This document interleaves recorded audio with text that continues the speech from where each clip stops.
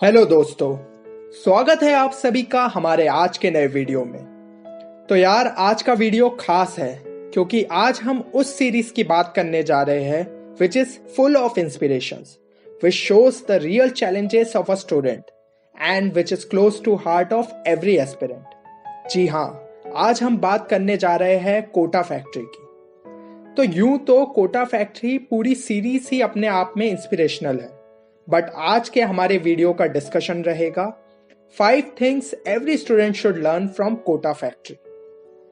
तो अगर आपने इस सीरीज को अभी तक नहीं भी देखा है तो भी ये वीडियो आपके लिए बेनिफिशियल है, क्योंकि मैं हर एक सीन को ब्रीफ में एक बार आप लोगों को एक्सप्लेन करूंगा और साथ ही साथ ये बताऊंगा कि आपको उस सीन से क्या सीखना चाहिए। तो इस सीन में जीतू भैया वैभव को एक प्रैक्टिस शीट देते हैं जो कि उसे एक दिन के अंदर खत्म करनी होती है।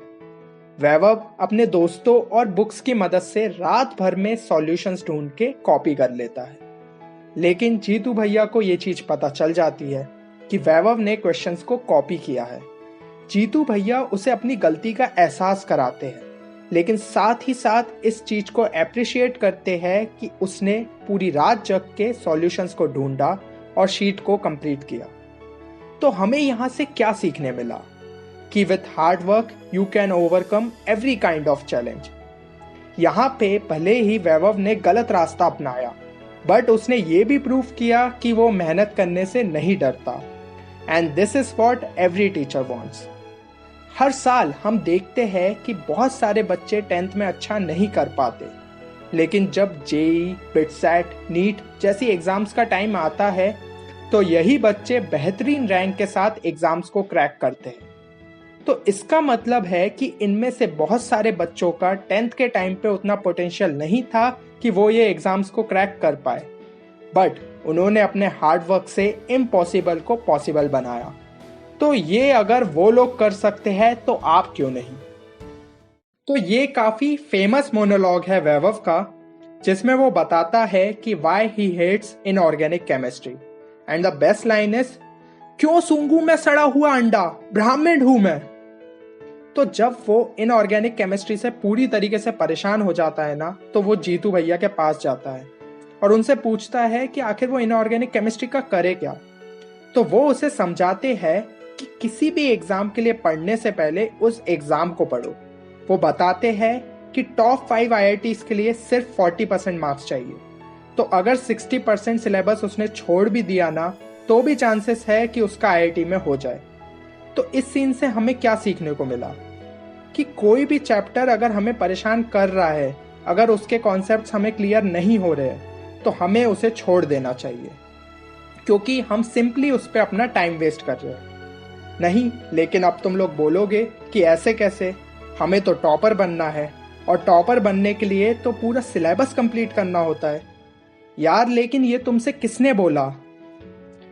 एक चीज को तुम्हें समझना पड़ेगा कि हर एक स्टूडेंट की कोई ना कोई कमजोरी होती है। किसी का ये चैप्टर वीक होता है तो किसी का दूसरा चैप्टर वीक होता है, और जो बच्चा स्मार्ट होता है ना, वो अपने वीक पोर्शंस पे टाइम वेस्ट करने से अच्छा स्ट्रॉन्ग पोर्शंस को और मजबूत करता है, ताकि उसका स्ट्रॉन्ग पोर्शन इतना मजबूत हो जाए कि एग्जाम में उस सेक्शन का उससे कोई भी क्वेश्चन नहीं छूटे। फिर टाइम अगर उसके पास बचता है प्रिपरेशन के लिए तो वो वीक पोर्शन को देखता है उठा के।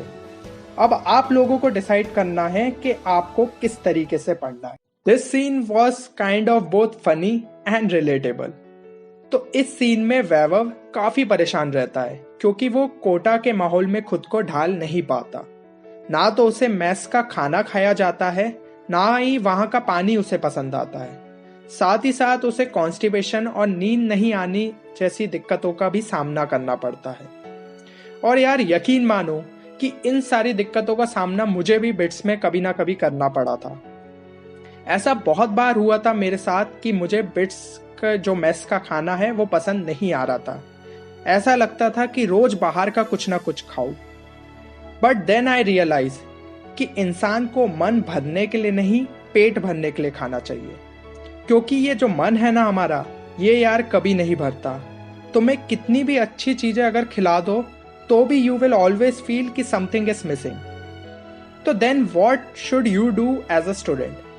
तो मेरी सलाह यही रहेगी कि घर में जो भी बन रहा है ना, वो हमें चुपचाप खा लेना चाहिए, क्योंकि ये जो सिंपल हमारा खाना होता है ना, दाल रोटी सब्जी, ये एक प्रकार से बैलेंस डाइट होती है और यही हमारे लिए सबसे ज़्यादा हेल्दी है। और तो और आप जो भी अपनी यूजुअल डाइट लेते हैं, जैसे कि अगर एक बार में 4 रोटी खाते हैं तो उससे 1 रोटी कम खाइए, यानी कि 3 रोटी खाइए। तो मैं ऐसा क्यों कह रहा हूँ? क्योंकि क्या है ना, अगर पेट भरा नहीं रहेगा तो हमें नींद ज़्यादा नहीं आएगी।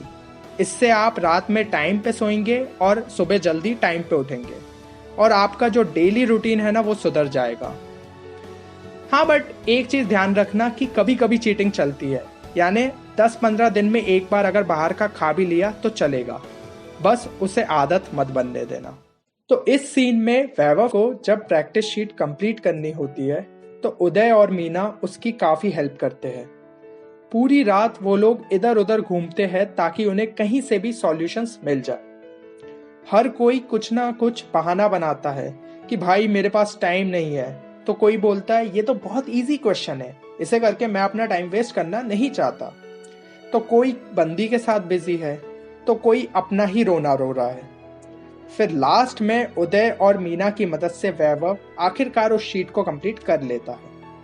तो यार, हम सभी को भी वैभव और मीना के जैसे दोस्तों की जरूरत है। तो एज अ फ्रेंड हर किसी की रिस्पॉन्सिबिलिटी बनती है कि वो अपने दोस्त की हर तरीके से हेल्प करे, वेदर ही और शी इज फीलिंग डीमोटिवेटेड या उन्हें किसी भी प्रकार के प्रॉब्लम्स में डाउट आ रहे हैं, तो हमें हमेशा उनकी हेल्प करनी चाहिए।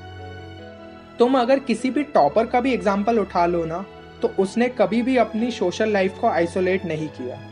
हाँ, सोशल मीडिया से ज़रूर दूर हो गया because it is a kind of distraction, but अपने दोस्तों के साथ जो बॉन्डिंग है वो हमेशा वो स्ट्रांग रखता है। क्योंकि यार, एक चीज़ को हमें समझना पड़ेगा, चैलेंज अकेले सॉल्व नहीं होते, इट रिक्वायर्स टीम वर्क। तो हमें कभी भी एटीट्यूड और एरोगेंस को आगे नहीं रखना है, सबको साथ लेके चलना है और मिलके फोड़ना है। This was the most important scene of Kota factory. Vaibhav एक डिलेमा में फंस जाता है कि whether he should change the coaching और नॉट। वो जीतू भैया से भी सलाह लेता है, तो वो उसे समझाते हैं कि वो रैंक तो इस कोचिंग से भी ले आएगा और उस कोचिंग से भी। बस डिफरेंस ये है कि वो कोचिंग उसे ज़्यादा अच्छा कंपटीशन प्रोवाइड कर रही है, तो उसे वो चूज करनी चाहिए। बट वैभव का मन अपने दोस्तों को छोड़ के जाने का नहीं करता है और वो काफी कंफ्यूज हो जाता है कि आखिर करे तो क्या करे। इस टाइम पे उदय उसे सलाह देता है कि उसे अपने पापा से बात करनी चाहिए, वो जो भी कहेंगे उसे वो फॉलो करना चाहिए, क्योंकि माँ बाप का डिसीजन गलत हो सकता है बट उनकी नीयत कभी भी गलत नहीं होती। तो अगर हम भी कभी भी अपने लाइफ के फेस में किसी डिलेमा में फंसे हुए हैं, तो हमें अपने पेरेंट्स से बात करनी चाहिए। हो सकता है कि उनको उस चीज़ का नॉलेज ना हो, बट वो लोग पूरा ट्राई करेंगे कि किसी भी तरीके से आपकी हेल्प करें, चाहे तो उस फील्ड से रिलेटेड किसी भी नॉलेजेबल पर्सन से आपकी बात करा के या किसी भी तरीके से। यार, मैं एक चीज़ समझता हूँ कि at this age we feel कि हम लोग इतने मैच्योर हो चुके हैं कि हमें किसी के भी गाइडेंस और सपोर्ट की ज़रूरत नहीं। अगर तुम लोग भी ये चीज़ सोचते हो तो शायद तुम गलत हो, because the one who is always ready to take suggestions from other and never feel that he और शी इज परफेक्ट, असली सेंस में वो बंदा या बंदी मैच्योर होता है। फाइनली वीडियो कंक्लूड करने का टाइम आ गया है। उम्मीद करता हूँ कि आप इन 5 लेसन्स को अपनी लाइफ में इम्प्लीमेंट करके अपनी प्रिपरेशन को और बेहतर बनाएंगे। हाँ, अगर आपने अभी तक कोटा फैक्ट्री नहीं देखा है तो एक बार जरूर देखिएगा, जब भी आपको टाइम मिले। और यहाँ पे इम्पोर्टेंट है, जब भी आपको टाइम मिले, ये नहीं कि मैंने बोला और आप अभी जाके बैठ गए सीरीज देखने। तो यार, अगर इस वीडियो ने आपको थोड़ा भी मोटिवेट किया है तो इसे लाइक जरूर करिएगा, और अगर आप चैनल पे नए हैं तो इसे सब्सक्राइब भी कर दीजिए। मैं ऐसे और भी मोटिवेशनल वीडियोस आप सभी के लिए लाता रहूंगा। चलिए, तो आप अपनी प्रिपरेशन जोरों शोरों से कीजिए, और जो भी आप एग्जाम के लिए प्रिपरेशन कर रहे हैं, उम्मीद करता हूँ कि आप उसे बेहतर करेंगे। जय हिंद।